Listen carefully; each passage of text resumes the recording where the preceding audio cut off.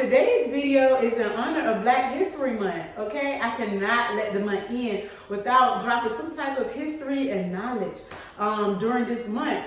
Our people of color has done some amazing things, and we recognize it all year long, but I cannot let this month end without participating. So today we're going to be talking about wet nurses.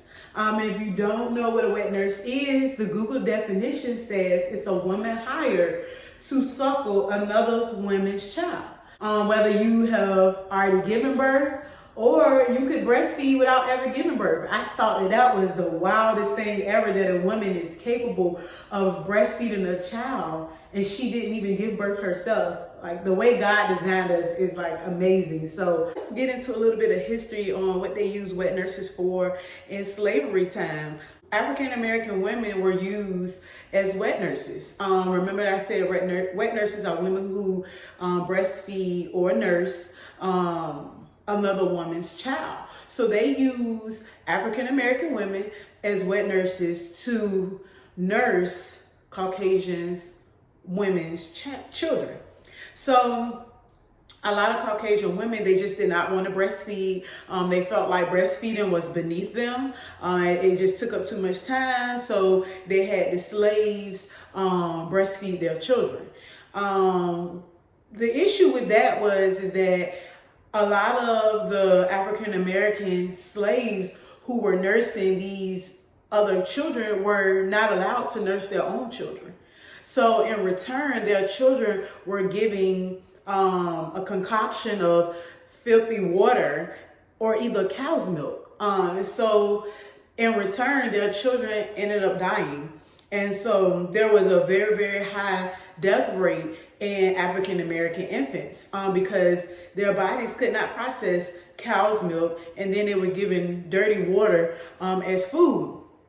So just as it sounds, that was very traumatic on colored women. I can only imagine how I would feel if I produce milk and I can't even feed my own child, but I'm watching this other child grow up and be healthy off of my milk. So it became very, very traumatic for these African American slaves. What really made me interested in this topic is that because I always wondered why breastfeeding was not, I'm not gonna say didn't exist, because I saw some of my family members breastfeed, but it didn't seem as common of people of color. When I looked around me, I saw a lot of people use formula. And I did with my first child. I used formula. I was not educated, and so I didn't really know any different. You know, it was like, hey, you know, it was normal in my community for you to have the baby. They would tell you put cabbage in your bras, dry the milk up, give your baby formula. Nobody really taught or really gave you knowledge on breastfeeding. This really did not hit me until I had my second child, my son. With my daughter, I could not get her to latch. I did want to breastfeed. I didn't know a whole lot with my first child, but I could not get her to latch. And the lactation consultant told me in the hospital, she was like, okay, well, if you can't get her to latch, then you would not be able to successfully breastfeed or provide breast milk for her, because your baby has to, you know, nurse on your nipple to send signals to your brain to produce milk. So I became very discouraged, you know, when she tried. So I started supplementing formula with the bottle. And so when she got the bottle, and it became easier for her, because the flow from a bottle nipple is way different from the flow of a mother's actual nipple on her breast. So the bottle flow nipple flows easier. They have to work harder on the breast. So that's why they tell most women who want to breastfeed from the breast, they tell you try not to use pacifiers or bottles for the first few weeks until your baby get used to the breast, because they learn really fast what's easy. So my daughter did. So it made it even harder. She screamed for hours because we couldn't get the latch together. And then so I just gave up. And part of the reason why I gave up, I didn't have the support I needed. You have a lactation consultant telling me that, okay, you need to put her on this breast. You know, they had different ones coming in. I could not get it. And it was just like, okay, well, here's your formula. It wasn't a lot of support, is what I'm saying. So, and it's not to down those lactation consultants. I'm sure that they had a lot of other women on the floor that they had to tend to, but this is the lack of support. And even when I came home, I didn't have women around me who breastfed. My mom didn't breastfeed. And so I didn't really have the help around me who could say, hey, this is how I did it. So it really made me think, like, why is it that it seemed like in my community, people of my color don't breastfeed as much? I know when I would go out, I would always see Caucasian women or women of other races breastfeeding their children all the time. And it started to make me think, like, what's the history behind this? Why is it that people of my color who look like me don't breastfeed as much? I kind of see more of formula. When I did this research, it kind of clarified a lot of things, because wet nurses, the way that they were used were very traumatizing. When white women gave birth, they had immediate rights to their children. It was their child. They could take it home. It was theirs. Back in slavery times, black people couldn't own anything.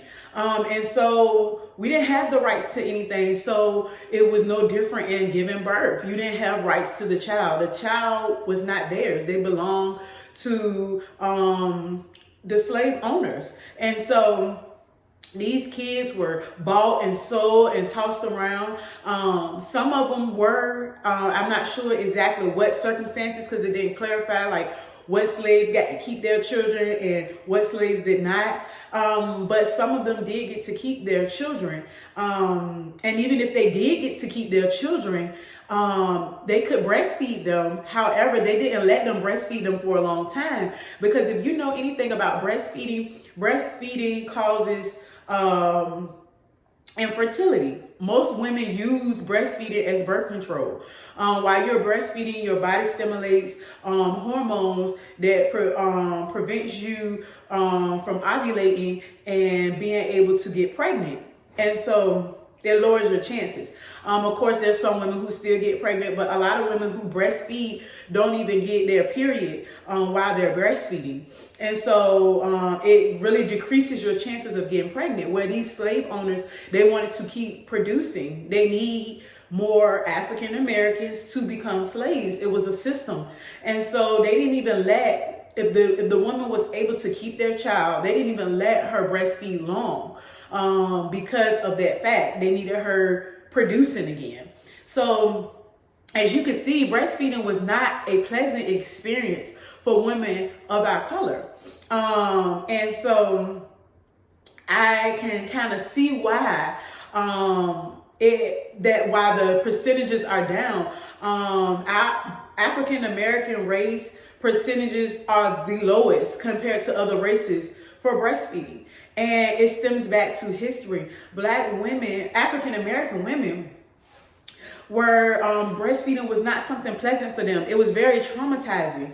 You know, they used these women as wet nurses for these Caucasian women, children, and they saw them healthy off of their breast milk, while their children were over here suffering and dying from the slave owners feeding them, you know, dirty water or cow's milk. So it was very traumatizing. And like I mentioned, even if they were able to breastfeed their child, it was stipulations put on it. They couldn't do it long. So breastfeeding was not pleasant. It was very traumatizing. So as time went on, and formula was invented, wet nurses kind of phased out once formula came around, and African American women kind of just transitioned to formula. You know, it was traumatizing.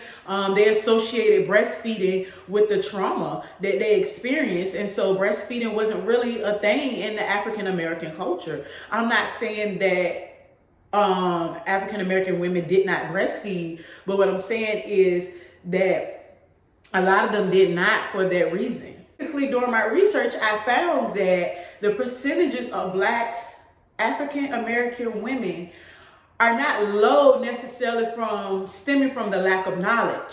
Yes, the lack of knowledge came later. women not being knowledgeable like myself, not having the support. But that came later.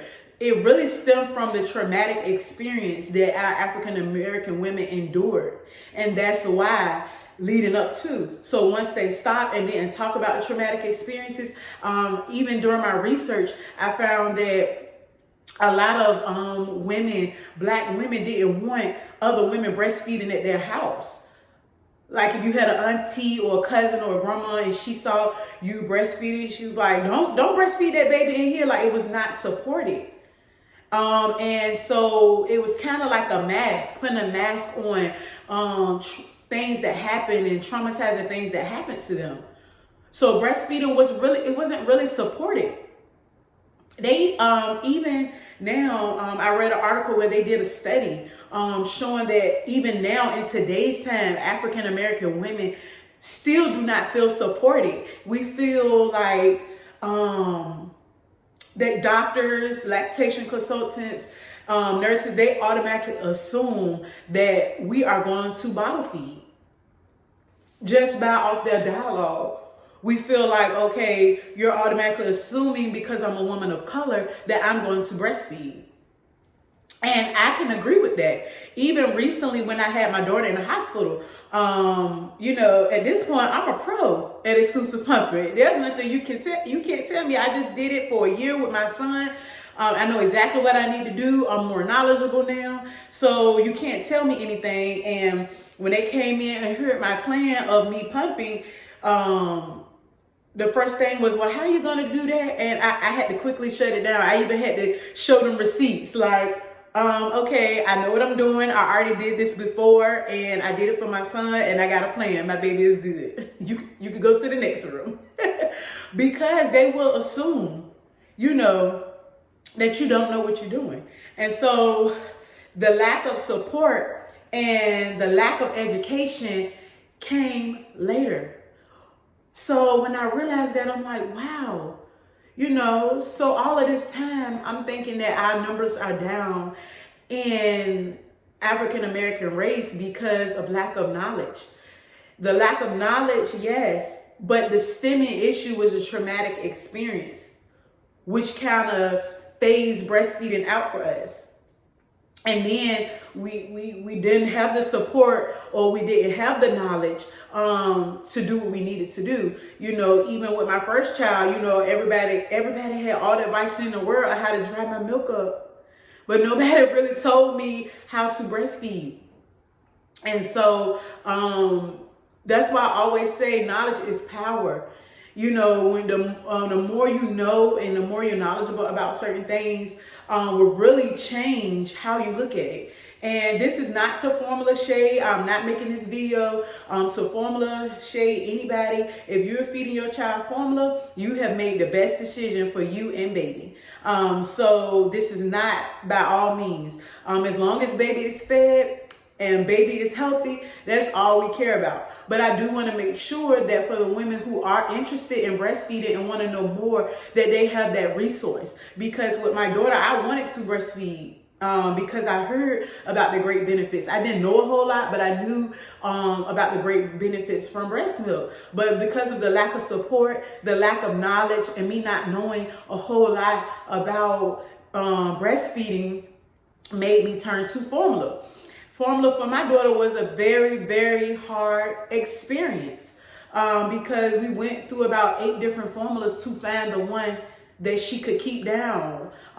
If it wasn't from constipation, diarrhea, vomiting, breakouts. I mean, we would fix one issue and we would go to another issue, and her body just had a hard time processing the formula till finally we found a formula that was almost $40 a can. That worked for her, and it was very, very expensive. And I just didn't have those issues with the last 2 kids with breast milk. It was easier for them to digest, never had constipation issues or any of that. And so I wish that I had the knowledge that I have now with my first daughter. Does that mean formula is bad for everybody? No. That just means that breast milk was the best for my children. So I just wanted to throw that disclaimer out there because I don't want anybody to feel like I'm coming down or talking down on anybody who formula feeds their children. So just in recap of what I explained in the video is that during slavery time, African American women were used as wet nurses to feed Caucasian women children. And it became a traumatic experience for them, seeing and right in front of their face that they were providing milk for their children, and their children were flourishing beautifully, where their own children that they didn't even have rights to were dying and not given the proper nutrition because they were feeding them cow's milk and a concoction of dirty water. So that stemmed from a traumatic experience, and which made African American women didn't even want to breastfeed anymore, especially when formula came around. So it stemmed from that, and from going forward, women like myself who came around now, we didn't have the knowledge. We weren't able to turn to our moms and our grandmothers to get advice, or we just, do what we were taught. Hey, you could drop your milk this way, don't worry about it, or it's a lot, it's frustrating. So due to lack of support, lack of knowledge, most women of color don't breastfeed. And there are percentages to prove that fact. Right here, if you look up, I posted a picture to show you the percentages of Black women to other races. Our percentage is the lowest, as you see, and that goes to stem back to those traumatic experiences. We didn't get to, our ancestors didn't get to experience breastfeeding as a bonding. Breastfeeding is a bonding, a loving moment to provide and nurture your child with their milk, and they didn't get that experience. What they got from breastfeeding was very traumatic. So they didn't get to pass that on, and so we kind of tried to mask that traumatic experience, and in return, the numbers dwindled down because women of my color didn't have the support. So Birth and Bloom is here to offer any support that I can. I personally exclusive pump. I did it for my second child, and I'm doing it now for my third child. That's what I chose to do because I could not get a good latch, but I still wanted to provide my children with breast milk. And so I exclusive pump. I never fed from the breast. So that myth that lactation consultants give out, because they told me the same thing, that your baby has to suck on your nipple and nurse on your breast to send signals to your brain. No, the pump can do the exact same thing. The only difference is you have to take the pump and you have to mimic what a baby would do. I have a virtual class where I can help you if that is you and you need help. Like I said, I'm not formula shading any moms. If you chose formula, it is the best decision for you and baby. This is only a platform and a resource to those who need it, because I wish I had it. So if that is you, please click my link down below in the comments, and I'm sorry, not the comments, the description below will have the link to book. I have an exclusive pumping virtual class. It is $25 for 1 hour. I will teach you everything you need to know, from the history of pumping and breastfeeding down to how long you need to do it, down to how to store the milk, everything that you need to know to be successful in pumping, okay?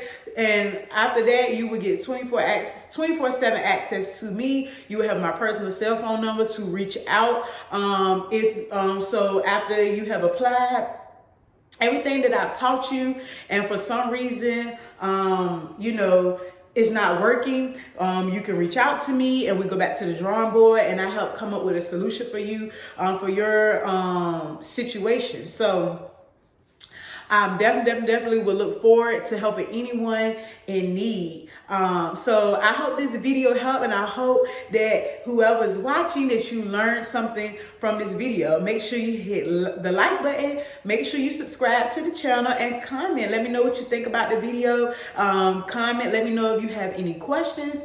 If you're watching this and you want to reach out to Birth and Bloom directly, our email is birthandbloom1@gmail.com. You can also add us on Facebook. Birth and Bloom is the Facebook page. And then we also have an Instagram, which is BIR_TH and Bloom on Instagram. Okay, till the next video, bye.